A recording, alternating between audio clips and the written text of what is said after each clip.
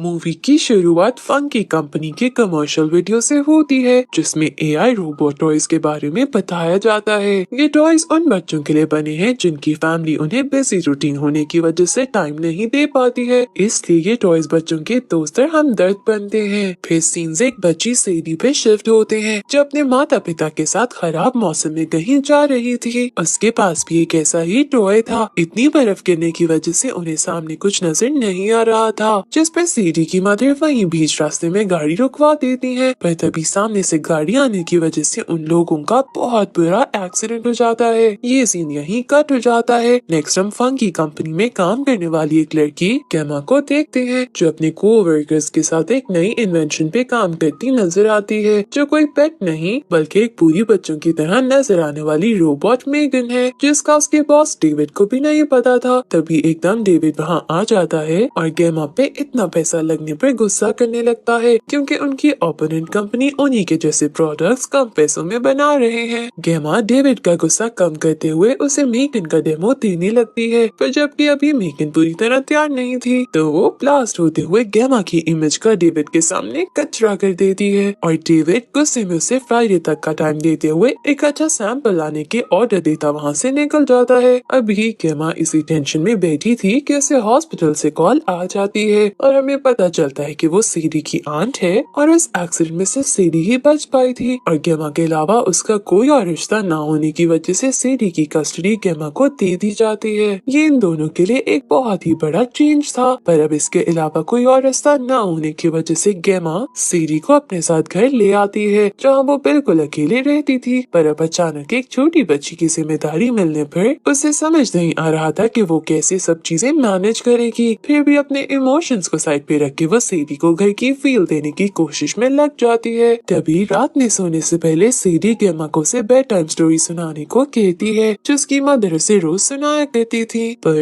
गेमा को तो कोई स्टोरी आती ही नहीं थी। फिर भी वो जैसे तैसे सिचुएशन को हैंडल कर लेती है और फिर सीढ़ी को सोने का बोल के वो अपने काम करने चली जाती है, जहाँ पीछे से उसे सीढ़ी के रोने की आवाजें आती हैं जो उसे दुख तो बहुत देती हैं, पर उसे समझ भी नहीं आता कि वो सीढ़ी को कैसे कन्फ्रंट करे। अगले दिन गेमा अपनी फ्रेंड से इस बारे में बात करती है कि पहले उस पर काम का इतना प्रेशर है और ऊपर से एक बच्ची की जिम्मेदारी वो कैसे पूरी करेगी, वो खुद समझ नहीं पा रही है। तभी डोर पे बेल होती है और वहाँ कोर्ट की तरफ से भेजी हुई थेरेपिस्ट थी जो गेमा और सीढ़ी का रिलेशनशिप चेक करने आई थी। गेमा की अपनी चीजों और प्रोडक्ट्स के लिए पॉसेसिवनेस उसके लिए थेरेपिस्ट के सामने एक नेगेटिव पॉइंट बनता है। फिर भी वो जितना हो सके सीढ़ी के लिए वेलकमिंग एक्ट करने की कोशिश कर रही थी। सेशन खत्म होने पर थेरेपिस्ट गेमा को बताती है कि सीढ़ी के फादर की फैमिली उसकी कस्टडी लेने को तैयार है और अगर गेमा का यही एटीट्यूड रहा तो उन लोगों को मजबूरन सीढ़ी को उसके पिता की फैमिली को देना होगा। इसलिए अगर गेमा अपनी बहन या उसकी बेटी से प्यार करती है तो जितना जल्दी हो सके सीढ़ी के साथ अपना बॉन्ड स्ट्रॉन्ग करे और इसे नॉर्मल लाइफ की तरफ वापस लेकर आए। थेरेपिस्ट से इतनी एडवाइस मिलने के बावजूद भी गेमा अपनी बिजी रूटीन की वजह से सीढ़ी को बिल्कुल टाइम नहीं दे पाती है और इसी तरह पूरा दिन निकल जाता है, जिस पर सीढ़ी खुद गेमा से बात करने आती है तो गेमा को अपनी गलती का एहसास होता है और वो सीढ़ी से बातें करते हुए उसे अच्छा फील करवाने की कोशिश में लग जाती है। उसी दौरान वो उसे अपना एक रोबोट भी दिखाती है जो उसने कॉलेज टाइम में बनाया था। वो देख के सीढ़ी कहती है कि अगर उसे एक ऐसा टॉय मिल जाए तो उसे और किसी टॉय की कभी जरूरत नहीं पड़ेगी। उसकी ये बात गेमा के दिल को लग जाती है और वो फिर से मेगन पे काम करना शुरू हो जाती है। फाइनली वो डेविड के दिए हुए टाइम में ही मेगन को वापस तैयार कर देती है, जिसके बाद वो डेविड को डेमो देने बुलाती है और इसके सामने वो सीढ़ी को मेगन का मास्टर बनाते हुए टाइम गुजारने का कहती है। मेगन सीढ़ी को इतनी अच्छी कंपनी देती है कि डेविड भी इम्प्रेस होते हुए गेमा के इस प्रोजेक्ट को अप्रूव कर देता है। अब बस उन्हें चेयरमैन को राजी करना है ताकि वो मेगन को पब्लिकली लोगों के सामने ला सके। पर चेयरमैन को मनाने के लिए डेविड गेमा को कहता है कि वो सीढ़ी को भी इस प्रोजेक्ट का हिस्सा बनाए ताकि सीढ़ी मेगन के साथ ज्यादा से ज्यादा टाइम गुजारे और ये लोग सिर्फ एड्स नहीं बल्कि एक एग्जाम्पल के साथ चेयरमैन और फिर पब्लिक को इस रोबोट की अहमियत बता सके, जिस पर गेमा मान जाती है। फिर क्या था, एक तरफ गेमा और उसकी टीम मेगन के अंदर हर तरह की इंफॉर्मेशन डालते हुए उसे हर दिन के साथ मजीद एडवांस करने लग जाते हैं। वहाँ सीढ़ी ज्यादा से ज्यादा टाइम मेगन के साथ बिताने लगती है। गेमा का कहना था कि ऐसे पेरेंट्स का 80% टाइम बचेगा जो वो और प्रोडक्टिव जगहों पे लगा सकते हैं। साथ ही साथ ये रोबोट्स बच्चों को बेसिक मैनर्स भी सिखाएंगे जो पेरेंट्स के 100 100 बार कहने पर भी बच्चों के दिमाग में नहीं बैठते, पर जब एक दोस्त उन्हें वही बात समझाए तो वो फौरन मान जाते हैं। ऐसे ही ये रोबोट्स उनके दोस्त बनकर उन्हें सही रास्ते पर लेकर जाएंगे। सीडी दिनों में ही मेगन के बहुत क्लोज आ जाती है, जो बात गेमा को तो बहुत अच्छी लगती है, पर उसकी दोस्त उसे समझाती है कि उन्होंने ये रोबोट पेरेंट्स को मदद करने के लिए बनाया था ना कि उनकी जगह लेने के लिए। और गेमा को ऐसे सीडी को नजरअंदाज करते हुए एक रोबोट के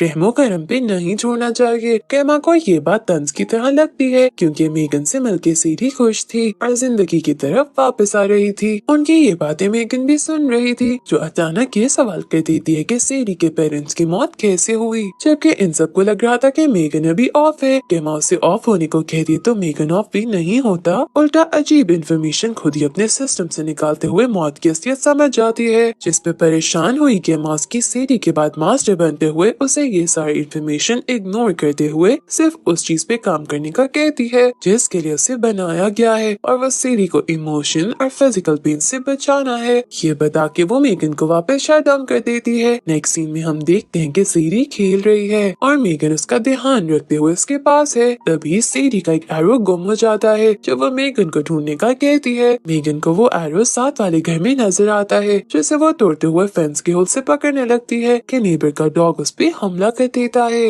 ये देखते हुए सीडी उसकी मदद के लिए जाती है कि डॉग उसे भी काट लेता है। आवाजें सुन के गेमा वहाँ आती है और उन दोनों को बचाती है और नेबर को भी खूब बातें सुनाती है, जिसके बाद वो सीडी को दवाई लगाने अंदर ले जाती है और पीछे से मेगन खूनखार नजरों से नेबर और उसके डॉग को देखती नजर आती है। रात में अचानक हम मेगन को एक्टिवेट होते देखते हैं और फिर किसी को उस डॉग को उसके मास्टर की आवाज से अपनी तरफ बुलाते देखते हैं, जो शायद मेगन ही थी। खैर सुबह होने पर उस लेडी को अपना डॉग कहीं नहीं मिलता, जिस पर वो परेशान नजर आती है। वहीं गेमा सीडी के पास पहुंचती है और उससे बात करने की कोशिश करती है, पर बार बार मेगन बीच में बोलते हुए उसे ऐसे एक्ट करती है जैसे उसे सीडी की ज्यादा फिक्र है, जो बात गेमा को थोड़ा इरिटेट करती है। खैर सीडी की तबीयत बेहतर होने की वजह से गेमा उसे और मेगन को चेयरमैन के सामने डेमो के लिए ले जाती है, जहाँ हम देखते हैं कि सीडी अपनी मॉम डैड को याद करते हुए रोने लगती है और मेगन एक रोबोट होने के बावजूद भी बहुत सारे इमोशंस के साथ उसे कन्फ्रंट करने लगती है, जो शायद उसकी प्रोसेसिंग में था भी नहीं। पर दिन ब दिन इंसानों में रहते हुए वो खुद ही बहुत कुछ सीखने लगी थी। उसका ऐसी सीडी का ख्याल रखना सबके दिलों को छू जाता है और ये प्रोजेक्ट सब अप्रूव कर देते हैं। यही नहीं, चेयरमैन गेमा की बहुत तारीफ करता है और उसे यकीन दिलाता है कि एक बार मेगन लॉन्च हो जाए तो वो उसकी प्रमोशन भी कर देगा। सीन्स डेविड के असिस्टेंट पे शिफ्ट होते हैं, जो हमें गेमा के लैपटॉप में से मेगन के बारे में सारी इंफॉर्मेशन चुराते हुए नजर आता है। और स्टार्टिंग सीन में हमने देखा भी था कि डेविड गेमा पे गुस्सा हो रहा था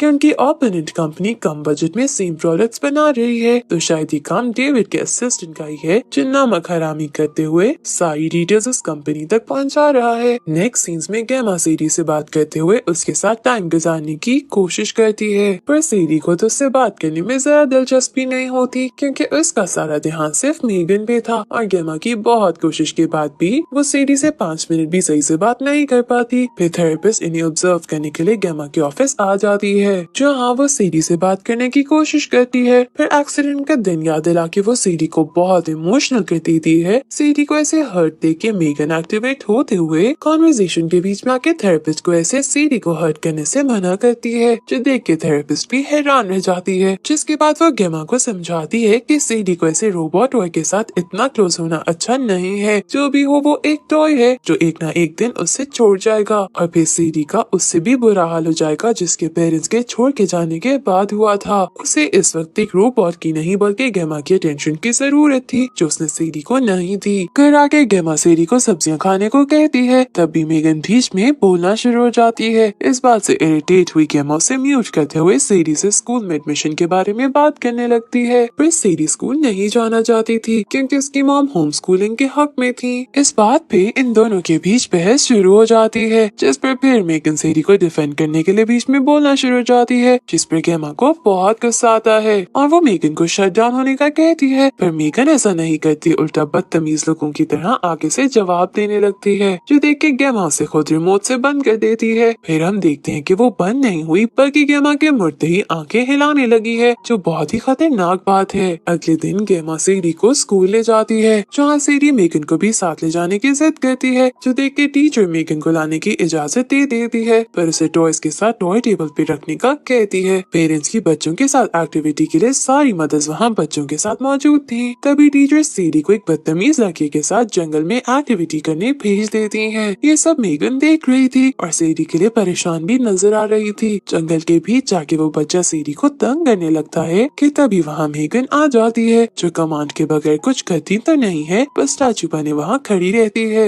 ये देख के इरिटेट होता वो लड़का उल्टा सेरी की जगह मेगन को उल्टा के दूर ले जाता उसे तोड़ने लगता है कि तभी मेगन खुद ही एक्टिवेट होते हुए उस बच्चे का कान तोड़ देती है और फिर किसी जिन की तरह ऐसे खड़ी होती है उस बच्चे की तरफ बढ़ती है कि देखने वाले की भी रूह कांप जाए, जिसपे वो बच्चा अपनी जान बचाता भागता हुआ बाहर से नीचे गिरता गाड़ी से एक्सीडेंट होने की वजह से वहीं मर जाता है और मेगन उसे बस खड़ी देखती रहती है। घर आके गेमा सेरी को इस हादसे की वजह से परेशान ना होने का बोल रही होती है कि तभी सेरी उसे बताती है कि मेगन एकदम खुद ही उठ के उन दोनों के पास आ गई थी, जो सुन के गेमा थोड़ा हैरान होती है और मेगन से पूछने पर मेगन झूठ बोल देती है। इससे पहले गेमा बात की जड़ तक जा पाती दरवाजे पर नॉक होने पर वो दरवाजा खोलने जाती है, जहाँ पुलिस वाला था जो गेमा की नेबर की कंप्लेंट पर उसके डॉग के बारे में पूछने आया था। तभी वो लेडी बातों बातों में कहती है कि मेगन रात के 3 बजे अजीब तरीके से विंडो से उनके घर की तरफ देख रही होती है, पर गेमा इस बात पे ध्यान ना देते हुए पुलिस वाले को बातें बना के वहाँ से भेज देती है। रात सोने से पहले सीरी मेगन से पूछती है कि उसने उस बच्चे को मारा है, जिस पर मेगन जवाब देने के बजाय सीरी से कहती है कि उसे ज्यादा सोचने की जरूरत नहीं है, पर आज उसे ये जान लेना चाहिए कि मेगन हर लम्हा उसे प्रोटेक्ट करने के लिए उसके पास मौजूद है और चाहे कुछ भी क्यों ना हो जाए वो सीरी को एक खराश भी नहीं आने देगी और फिर उसे सॉन्ग सुना के सुला देती है। जिसके बाद मेगन उस लेडी के घर जाती है, जहाँ वो उसको एक दर्दनाक मौत देती है। अगली सुबह पुलिस इन्वेस्टिगेशन के लिए वहाँ पहुँच जाती है और गेमा का घर साथी होने की वजह से उससे भी सवाल करती नजर आती है, जहाँ वो कहती है कि मेगन उस बच्चे के हादसे के वक्त और इस लेडी के हादसे के वक्त भी पास ही थी। वो शक नहीं कर रही थी, बस एक जनरल सी बात करते हुए मेगन की रिकॉर्डिंग में चेक करने का कहते हैं कि शायद उन्हें कोई सबूत मिल जाए, पर गेमा को इस बात की वजह से अजीब सा झटका लगता है, जिसपे वो सोचने पर मजबूर हो जाती है। इसी बारे में सोचते हुए वो सो नहीं पाती और मेगन की रिकॉर्डिंग्स चेक करने लगती है, पर उसे उन रिकॉर्डिंग्स में कोई सबूत नहीं मिलता, जैसे मेगन ने सब खुद इरेज कर दिया हो। फिर एकदम मेगन किसी भूत की तरह वहाँ आती गेमा की जान निकाल देती है। गेमा को अंदाजा हो जाता है कि मेगन अब उनके लिए खतरनाक है, जिस पर वो उसे ट्रिक करते हुए शटडाउन करती सुकून का सांस लेती है और फिर अगले दिन कवर करते हुए सेरी के साथ ऑफिस ले जाने के लिए निकलती है, जहाँ सेरी मेगन को शटडाउन करने पर उसे बहुत नाराज होती नजर आती है, जहाँ वो थेरेपिस्ट को बुला के सेरी को समझाने का कहती है, जबकि अपने कोवर्कर्स को सारी सिचुएशन बता के मेगन को लॉन्च करने से रोकने का कहती है, क्योंकि ये रोबोट ह्यूमैनिटी के लिए खतरा बन चुका था, जिस पर उसके कोवर्कर्स उससे अग्री नहीं कर रहे होते हैं, क्योंकि वो कोई और रास्ता ढूंढ के मेगन के प्रोग्राम को सही करने का कहते हैं, लेकिन गेमा इसके लिए तैयार नहीं थी। आखिर अपने दोस्तों को कन्विंस करते हुए ये लोग प्रूफ ढूंढने लगते हैं ताकि डेविड को इसे लॉन्च करने से रोक सके। नेक्स्ट सीन में हम देखते हैं कि सीरी के कंट्रोल से बाहर होने की वजह से गेमा उससे बात करने जाती है, पर सीरी इतनी अग्रेसिव हो चुकी थी कि वो गेमा पे ही हाथ उठा देती है।